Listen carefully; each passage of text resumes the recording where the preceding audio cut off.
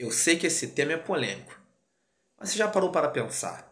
Para onde vai a alma do divorciado que resolve se casar por uma segunda vez? Será que tem base bíblica para esta situação, caso ele morra nesta situação em sua vida, nesse estado? Para onde vai a sua alma à luz da palavra de Deus, à luz da Bíblia? Claro que nós, evidentemente, costumamos brincar, dizer que o brasileiro ele costuma dar jeito para tudo. E, de fato, nós como brasileiros damos jeito em tudo. Damos jeito para tudo. E isso não é uma coisa exclusivamente dos brasileiros. A humanidade, ao longo do tempo, ao longo das civilizações, sempre foi dando um jeitinho em algumas coisas. E se tem uma coisa que é muito difícil, são relacionamentos interpessoais, entre pessoas. E já não é de agora, o número de separações, divórcios, problemas dentro do lar, dentro de casamento, é algo que já vem há muito, muito tempo. Desde que o homem é homem, ou desde que o mundo é mundo. E os fariseus, eles estavam, de certa forma, acostumados também a dar jeitinho nas coisas. Haviam duas escolas, dois rabinos, que se debruçavam sobre um assunto referente ao casamento. Havia o rabi chamado Hillel, ao qual ele era liberal. Ele dizia que por qualquer motivo poderia se divorciar. Se um homem achasse algo escandaloso uma mulher, naquele dia de repente não tivesse gostado da comida dela, alguma coisa que ela fez, ele poderia ali se divorciar de forma banal, de qualquer jeito, por qualquer motivo. Mas havia também um outro rabi chamado Shammai, ao qual ele era um pouco mais conservador. Ele era da escola que ele entendia que casamento era uma coisa que poderia ser desfeita caso houvesse algo muito grave, em casos extremos. E foram perguntar para Jesus, um grupo de fariseus, sobre este assunto.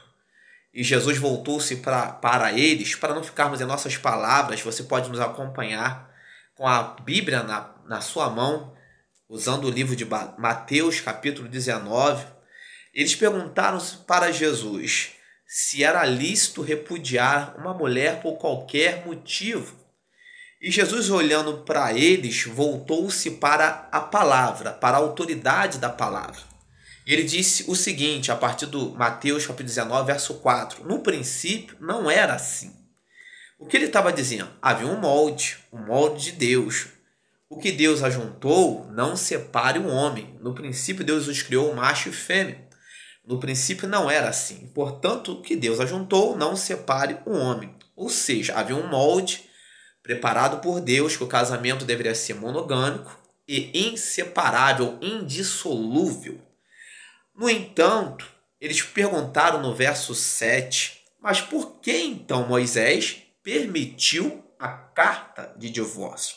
Jesus foi incisivo ao declarar para eles, por causa da dureza do vosso coração, Moisés permitiu tal situação. Era para ser, como poderíamos por assim conceituar, uma exceção, não uma regra, não uma via de regra, apenas em casos específicos.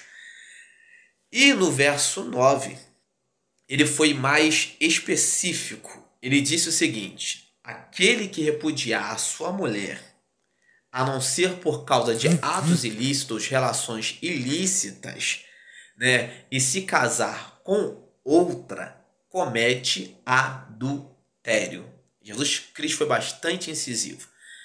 Aquele que se divorciar, pode até se divorciar, de certa forma, não está aguentando, se divorcia. Mas, se for casar com outra, a não ser em caso de imoralidade sexual, ou seja, infidelidade entre uma das partes do cônjuge, e quiser separar, pode se separar, nesse caso. Mas por outros motivos, se houver uma separação, de certa forma, vai estar cometendo adultério. Os discípulos de Jesus foram mais longe, no verso 10. Eles falaram, se é assim, é melhor nem se casar. Então, o que a Bíblia diz? A Bíblia diz uma coisa, que o que Deus ajuntou, o homem não pode separar. a não ser em caso de infidelidade conjugal, caso uma das partes não queira mais voltar. Aí estará livre aquela parte que foi lesada para se casar com outro. Mas, se for por qualquer motivo, como nós estamos vendo hoje de forma banal, todo mundo se separando por qualquer motivo, porque não gostou, não diz que o amor acabou, uma série de outras coisas, e se casar com outra, está cometendo, ou outro está cometendo adultério aos olhos de Deus.